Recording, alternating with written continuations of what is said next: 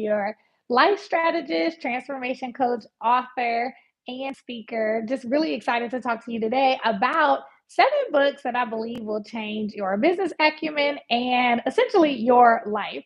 So I've always been a nerd. Most of you, if you've been watching my channel, you know I've been a nerd. And so I've listened to on Audible and read so many books over the years that really have helped me become the person that I am in my business, but also in my personal life in the way that I live my everyday out. And so I wanted to share some in drips. I've read so many that I cannot do it all in one video. So these are some of my top favorites that I've listened to multiple times or read multiple times, so that I can have a better mindset approaching my entrepreneurship journey, as well as just a different mindset as I walk into my life. So as I do more videos on YouTube, I'll find more books that kind of, point out different areas. But the ones that I'm going to talk about today really help with really some of the everyday habits, way to master my focus in my business, but also helping me do better things in my life. So starting off with number one, I actually have talked about this book a couple of times in a different video. And this one is The 4-Hour Work Week by Tim Ferriss. So 4-Hour Work Week is a great video. Not video, book. This is a video. It's a great book that really helped me rethink about the opportunities that I could have as an entrepreneur, of how I could shape my entrepreneurship journey. So in this book, he doesn't say you have to be an entrepreneur. He does say, how can you create a life, whether you work for someone or not, that allows you to spend more time living your life and enjoying your life versus spending so much time on the ins and outs of your workday. So it's a lot about working smarter and not harder. It's really about 4 things. One is, how can you eliminate things that don't matter? So what are the things that you're doing that are not productive for you that you could eliminate in your workday? Then what are some of those things that you could automate? So there's so much automation out here. You really can automate so many things. How can you automate some of those things that you're doing that are really just taken away from your day? And then how could you delegate some things in your day, whether it's in your personal life or your work life, that can just free up your time and then be liberated. Start doing the things that you enjoy. So those are 4, top takeaways from that book. So I definitely think that 4-Hour Work Week is a great read. My next one will be 5 a.m. Club. I have listened to it and read it multiple times. And the nice thing about 5 a.m. Club is that it's not just about waking up at 5. It's also about what to do at 5 in the morning and just the benefits of waking up early. One thing that I took away from the 5 a.m. Club is the 20-20-20 method.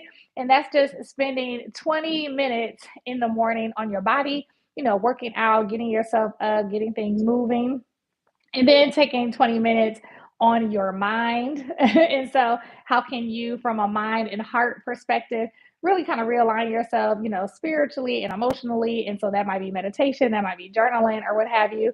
And then the other part is 20 minutes learning. So something that you want to get better at. So spending 20 minutes doing that. So I really like it because it's simplistic and the book is told from a narrative perspective. So it's not just do these things, it's told in a storytelling fashion, which I really like.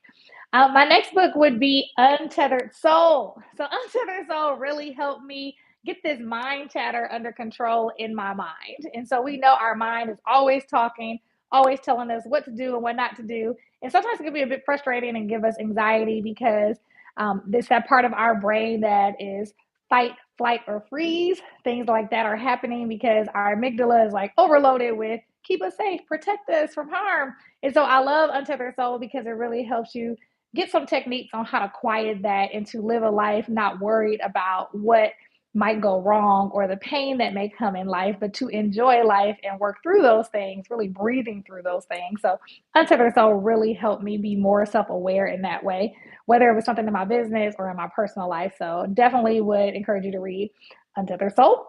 I also feel like another book that's really great is The 4 Agreements. And so The 4 Agreements was a great one because it also introduced me to just some agreements that we can kind of keep to ourselves on a regular basis to live by. And so one of the 4 agreements is to be impeccable with your word. Like, what words are we saying to ourselves, about ourselves, to our lives, about our lives, to other people, about other people, and just the power that we have in our words. I'm looking down because I'm like, where are my notes? Because I'm live and not pre-recorded.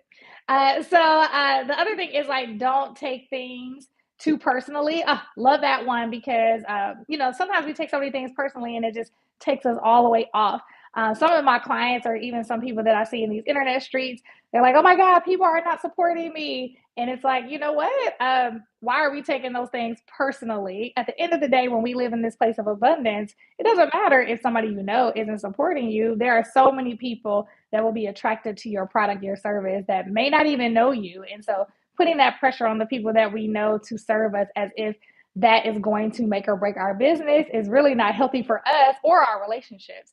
And so not taking things personally is really helpful, especially if you're an entrepreneur. The other one is not to make assumptions, not to make assumptions about what people think, why people did what they did. It really makes you be direct. So if you're leading a team or a business, not making assumptions is such a powerful agreement to make, so that you are actually forcing yourself to have the conversations that are necessary instead of passively feeling like you think you know something that you don't really know. And the last one is to always do your best. So how can we just give ourselves credit for what we're doing our best and not always striving for what we think is perfection? All right. So really love the four agreements for that.